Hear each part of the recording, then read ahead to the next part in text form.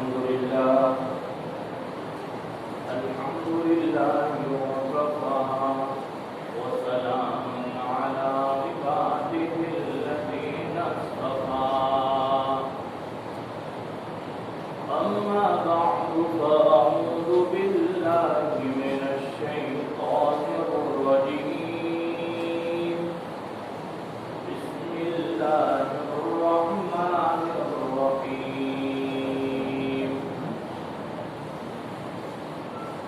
أينما تكونوا يدرككم الموت ولو كنتم في بروج مشيدة صدق الله المولانا العظيم وقال النبي صلى الله عليه وسلم الكيس من دان نفسه وعمل لما بعد الموت والعاجز لمن تبع هواه نفسه أو كما قال عليه الصلاة والتسليم.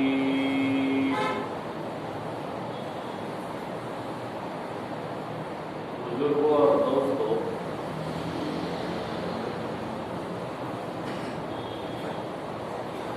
زندگی گزارنے کے مقاصد اور رہتی دنیا تک کے دنیاوی چیزوں کے انسان کے لیے تخلیق کیے گئے نفعوں کو ماقبل میں ذکر کیے. گزشتہ 2 جمعہ قبل جو ہے کسی عنوان پہ ہماری بات چل رہی تھی اور یہ بیان جاری تھا کہ اللہ رب العزت نے اپنی پہچان اور اپنی معرفت کے لیے بندوں کو پیدا کیا اور دنیا کی ہر شے کو، ہر چیز کو بندوں کے نفع کے لیے پیدا کیا.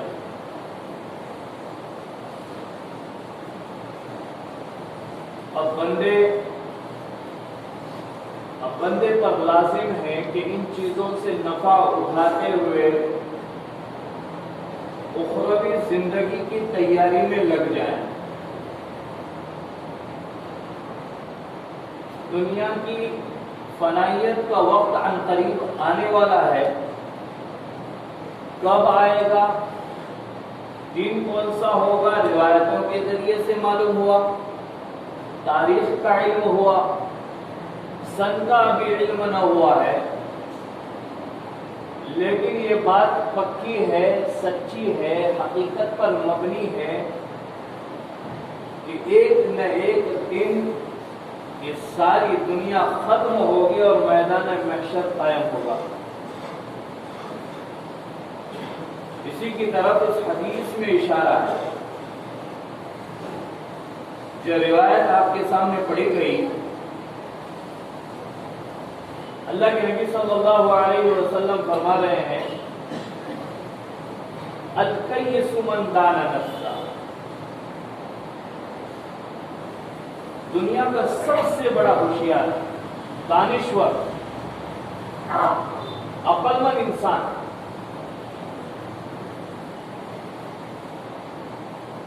حضور فرما رہے ہیں ہم نے تو کسی اور کو سمجھا، جو اپنی دنیاوی زندگی کو کامیاب بنائے وہ ہمارے نزدیک ہوشیار، جو آخرت کو بھول جائیں وہ ہمارے نزدیک ہوشیار، جو رب کائنات کے تمام احکام کو اور نبی کریم صلی اللہ علیہ وسلم کی تمام سنتوں کو پامال کرے، پس پشت ڈال دے، وہ ہمارے نزدیک ہوشیار.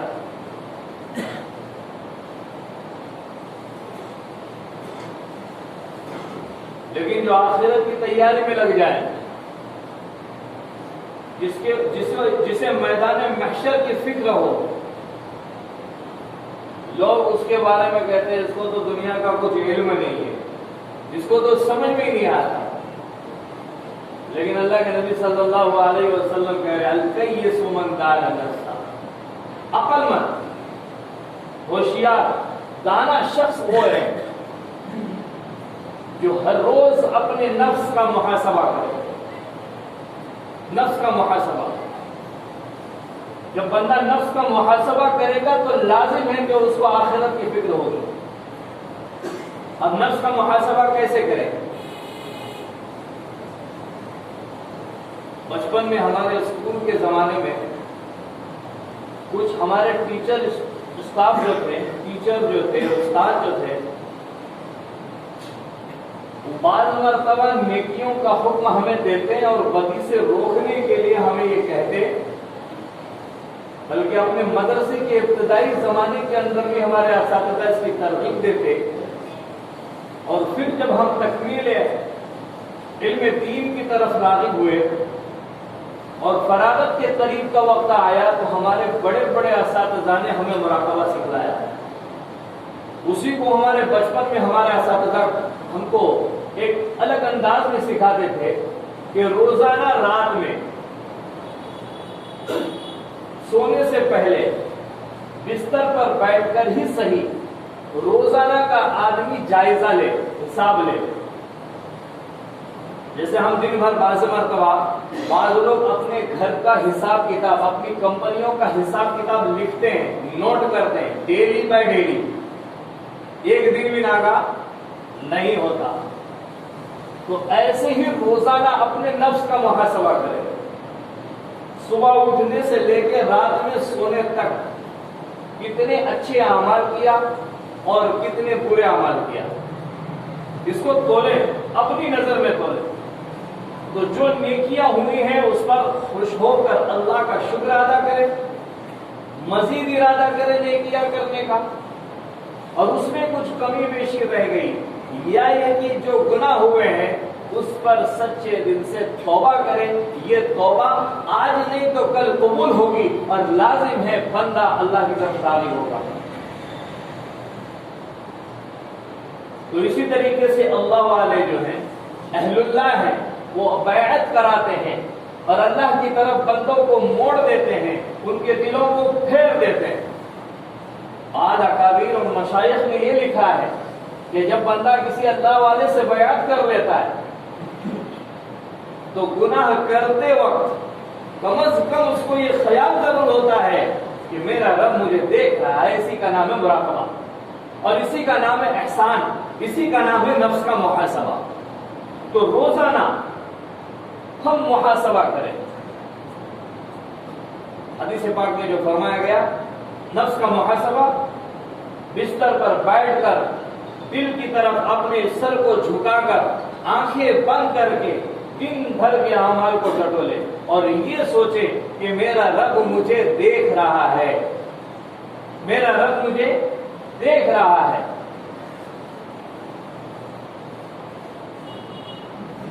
آگے روایت میں اللہ کے نبی صلی اللہ علیہ وسلم نے فرمایا وَعَمِلَ لِمَا بَعْدَ الْمَوْتِ،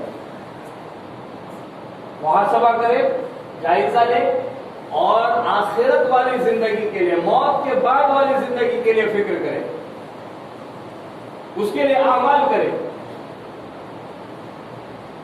قرآن کریم میں اللہ تبارک و تعالیٰ نے اس کا ذکر کیا ہے، جو نیکی کرے گا وہ بھی دیکھے گا، اپنی نظروں سے دیکھے گا، اپنی آنکھوں سے دیکھے گا، اور جو برائی کرے گا وہ بھی دیکھے گا۔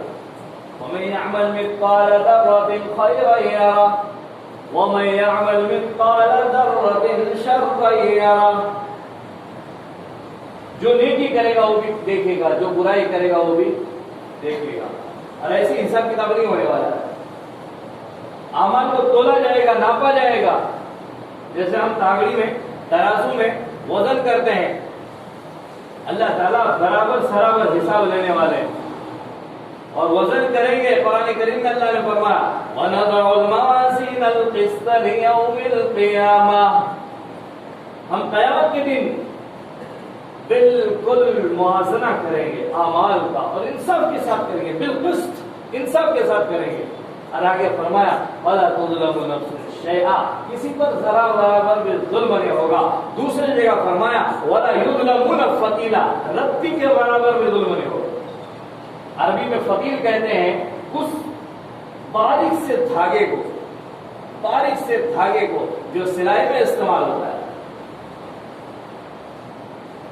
اللہ کہتے ہیں اتنا بھی کسی کے ساتھ ظلم نہیں ہوگا۔ اور دوسری طرف نبی کریم صلی اللہ علیہ وسلم نے اسی حدیث کے اندر آخر میں یہ ذکر کیا وَالْعَاجِزُ مَنْ أَتْبَعَ نَفْسَهُ هَوَاهَا، کہ عاجز وہ ہے، عقل مند وہ ہے جو نفس کا محاسبہ کرے، اعمال کی تیاری کرے۔ حضور خود کرتے تھے، کتنے اعمال، کیسے اعمال، کون سے اعمال۔ کل رات ایک بندہ ملا، میں سفر سے آیا تھا،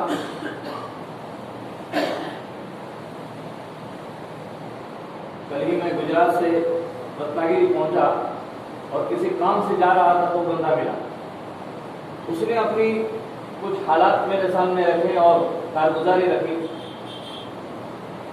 آج جو ہے ہم اپنے اعمال کے بدلے خود ہو کر عمل کرنے کے بجائے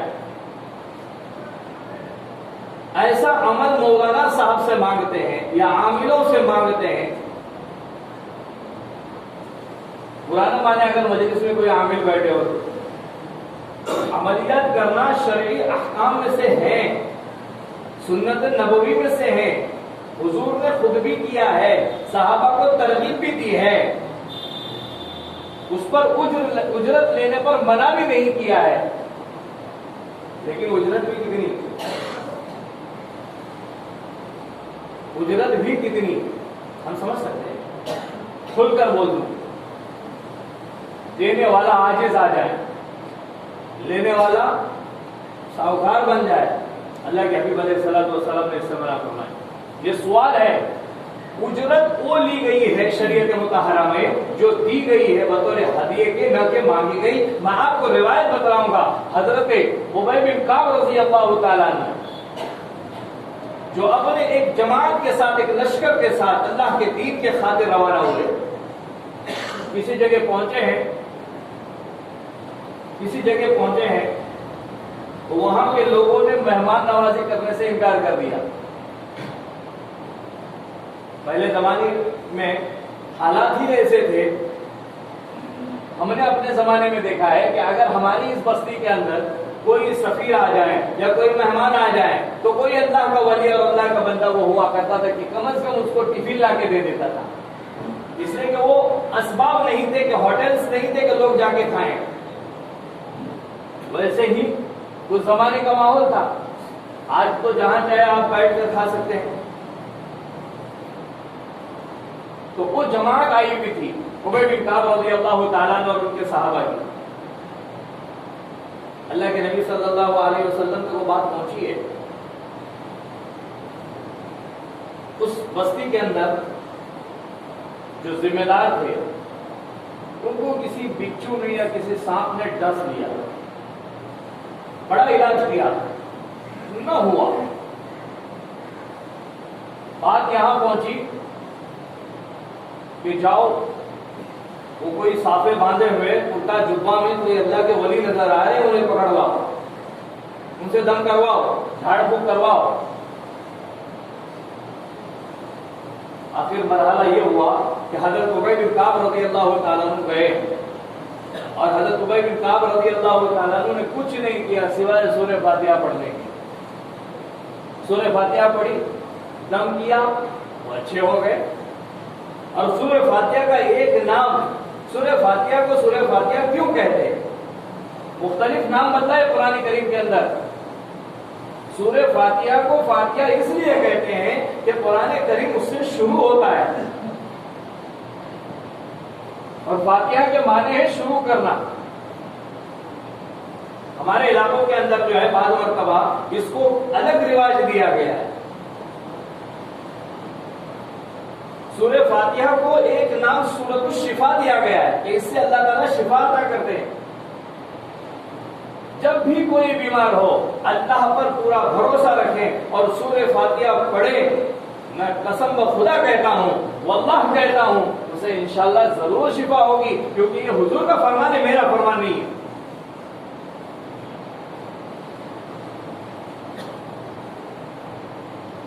اب حضرت عمر بن کعب رضی اللہ تعالیٰ عنہ نے عمل کیا، اچھے ہو گئے، تو انہوں نے اس بستی والوں نے پہلے تو مہمان نوازی کرنے سے انکار کر دیا، اب ایسی ضیافت کی کہ 30 بکریوں کا ریوڑ دے دیا۔ کتنی بکریاں؟ 30 بکریاں۔ حضرت عمر بن کعب رضی اللہ تعالیٰ عنہ پریشانی میں آئے، صحابہ اکرام بھی تشویش میں پڑ گئے کہ انہوں نے دیا ہے ابھی اس عمل پہ دیا۔ ایک مسئلہ تو یہ ہے علماء کے مابین کہ قرآن کی اجرت لینا جائز ہے ناجائز؟ امام ترمذی رحمۃ اللہ علیہ نے مؤذن کو اذان دینے کی اجرت دی جائے نہ دی جائے اس عنوان پر ایک باب باندھا ہے، مختلف بحث ہے۔ بہرحال آپ اپنے اپنے مسلک کے علماء سے اپنے مسائل معلوم کریں، ابھی یہ مسائل بتانے کا وقت نہیں ہے، فضائل بتانے کا وقت ہے۔ حضرت عمر بن کعب رضی اللہ تعالیٰ عنہ آئے دربار رسالت میں، کہنے لگے یا رسول اللہ معاملہ یہ پیش آیا۔ اللہ کے نبی صلی اللہ علیہ وسلم نے کیا پڑھا، کیا آپ نے پڑھا، کیا سورہ فاتحہ پڑھی، اس سے وہ اچھا ہو گیا۔ اللہ تو وہی ہے جو صحابہ اکرام میں بھی بیمار کر دیتا تھا اور انہیں شفا دیتا تھا، وہی رب ہمیں بھی بیمار کر رہا ہے، شفا دے رہا ہے۔ ابراہیم علیہ السلام بیماری کی نسبت اپنی طرف کر رہے، شفا کی نسبت اللہ کی طرف کر رہے۔ وَإِذَا مریض تو میں بیمار ہوتا ہوں، لیکن بیماری دینے والے بھی اللہ، ہنسانے والے بھی اللہ، رلانے والے بھی اللہ۔ قرآن کریم میں اللہ نے اپنے بدلے میں یہ ذکر کیا، اپنے بارے میں ذکر کیا، وہ اضحک و ابکا، اللہ ہنساتے بھی رلاتے بھی ہے۔ بندہ خود سے نہیں ہنستا، اللہ ہنساتے ہیں، وہ اضحک و ابکا۔ تو ہر چیز کے مالک تو اللہ ہے، اللہ ہی ہر شے کی مالک ہے، اللہ ہی ہر چیز کو کرنے والے ہیں۔ تو بیماری دینے والے بھی اللہ ہے، شفا دینے والے بھی اللہ ہے۔ علاج کرنا اپنی جگہ سنت ہے۔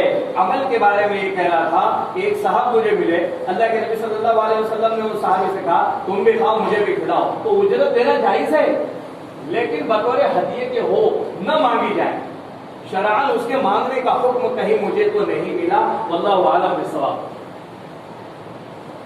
تو میں یہ کہہ رہا تھا کہ آج ہم اپنے اعمال کے ذریعے سے اللہ کو راضی کر کر رحمتوں کا نزول نہیں دیکھنا چاہتے۔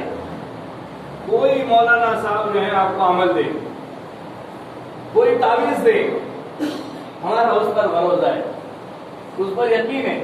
ہمارے حضرت علی رشید صاحب اجمیری دامت برکاتہم بخاری کے درس میں ہم کو یہ کہا کرتے تھے، کسی عامل کے پاس آپ جاؤ تو بڑا عامل کون سمجھا جاتا ہے؟ جو بنا آپ کے کچھ بتلائے آپ کو بتائے آپ کے گھر کے احوال۔ حضرت فرمایا کرتے تھے کہ جب اس کے پاس جاؤ گے نا تو پہلے یہ کہے گا آپ بابا تو بہت پریشان نظر آ رہا ہے، تو آپ سامنے دل میں یہ کیفیت ہوگی کہ اسے کیسے پتا چلا کہ میں تو پریشان ہوں۔ اب ہمارا یقین تغیر اور یقین میں تبدیلی آنی شروع ہو جاتی ہے، پھر اللہ سے یقین ہٹنے لگتا ہے، اعمال سے یقین ہٹنے لگتا ہے۔ وہ صاحب مجھ سے کہنے لگے میرا گناہ اتنا روپیہ جہاں وہاں پھنس گیا ہے، مولانا صاحب کوئی ایسا عمل بتلا دو کہ وہ پیسہ میرا آ جائے۔ مولانا محمد عمر جون پوری ایک مرتبہ اپنے بیان میں ذکر کر رہے تھے کہ بمبئی والے جو ہے کہتے ہیں کہ مولانا صاحب آپ ایسا عمل بتلاؤ کہ بس پیسہ گرتے رہے اور ہم سمیٹتے رہے، اللہ کی رحمت برستی رہے اور ہم سمیٹتے رہے۔ تو ایسا عمل تو کوئی ہے ہی نہیں سوائے نماز کے، سوائے اللہ کو راضی کرنے کے۔ رب راضی تو سب آپ کے مسئلے آسان ہیں، اور اگر اللہ ہی ناراض ہے، اللہ ہی ناراض ہے تو پھر کچھ ہونے جیسا ہے بھی نہیں۔ ابھی میں نے صبح میں اپنے دل میں خیال آیا، یہ میں کتاب ٹٹول رہا تھا، کچھ تلاش کر رہا تھا، تو مجھے خیال آیا کہ اگر اللہ تعالیٰ تجھے نقصان پہنچانا چاہے گا تو پوری دنیا مل کر تجھے فائدہ نہیں پہنچا سکتی، اور یہ حدیث بھی ہے۔ اور اگر پوری دنیا فائدہ پہنچانا چاہے، اللہ ہی نقصان پہنچانا چاہے، تو پھر کوئی فائدہ بھی نہیں پہنچا سکتا، اور اللہ تبارک و تعالیٰ فائدہ پہنچانا چاہے اور کوئی نقصان پہنچانا چاہے، اللہ نقصان پہنچانا چاہے، کوئی فائدہ پہنچانا چاہے تو کوئی فائدہ بھی نہیں پہنچا سکتا۔ تو آپ کے اعمال ہی آپ کو فائدہ پہنچا سکتے ہیں جب اللہ تعالیٰ راضی ہو۔ میں نے کہا تہجد کی پابندی کرو، کیا کہا میں نے؟ جواب میں یہ ملا، جب جماعت میں جاتے ہیں تو مولانا صاحب تہجد پڑھتے ہیں۔ میں آپ کو سچ بتلاؤں، تہجد کے وقت میں جو نور اترتا ہے، جو رحمتیں اترتی ہے، وہ پورے دن بھر آپ کو نہیں مل سکتی۔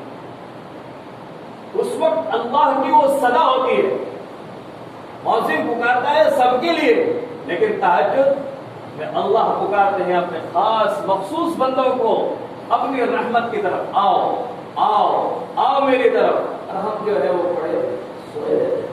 میں نے آسان نسخہ بتایا، میں آپ کو بھی بتاتے چلوں کہ تہجد کا وقت آپ کی ہلکی سی گنوکی کے بعد شروع ہوتا ہے، اس کے لیے آدھی رات کا انتظار نہ کیا جائے۔ ہم سوچتے ہیں آدھی رات کے بعد، اچھی بات ہے، آدھی رات کے بعد ندا لگتی ہے۔ صحابہ اکرام کب سوتے تھے؟ ہم سوتے ہیں 12 بجے 1 بجے، اب اس کے بعد آدھی رات کب ہونے والی ہے؟ صحابہ اکرام عشاء کے فوراً بعد سو جاتے تھے۔ حضور کے یہاں کوئی مجلس نہیں تھی عشاء کے بعد، ایک آدھ مرتبہ کبھی شاد و نادر مجلس ہوا کرتی تھی، ورنہ عشاء بعد کوئی عمل نہیں۔ اللہ کے حبیب علیہ السلام فوراً سو جاتے۔ بعض مرتبہ حضور نے تین جو ہے سیکشن میں کام کیا ہے، رات کے اعمال کیے۔ روایتوں میں آتا ہے کبھی اول رات میں، کبھی درمیانی رات میں، اور کبھی آخر رات میں۔ یہ 3 وقت وہ ہوتے ہیں کہ جس وقت جو ہے اللہ کی ندا لگتی ہے۔ اب رات میں 9 بجے کے بعد مان لیجیے آپ سو جائیے، 12 بجے اٹھ جائیے، درمیان میں کبھی آنکھ کھل جائے، اگر نہ بھی سو گئے، بعد مرتبہ انسان کو رات بھر نیند نہیں آتی، تو شروع رات میں 2 رکعت پڑھیے تہجد کی نیت سے۔ قبول کرنے والے کون ہے؟ مسئلہ امت کے علماء نے یہ بتلایا ہے کہ ہلکی سی گنوکی ضروری ہے، اس لیے کہ قرآن کریم نے یہ حکم دیا ہے، یا ایھا المزمل قم اللیل الا قلیلا، اے مزمل، اے اوڑھنے والوں، چادر اوڑھنے والوں، اٹھو آدھی رات، الا قلیل، تھوڑا سا ہی صحیح، نصفہ او انقص منہ قلیلا، چاہے آدھی رات میں اٹھو یا اس کے اخیر پہر میں اٹھو۔ اور تہجد حضور پہ واجب تھی، امت پہ واجب نہیں ہے۔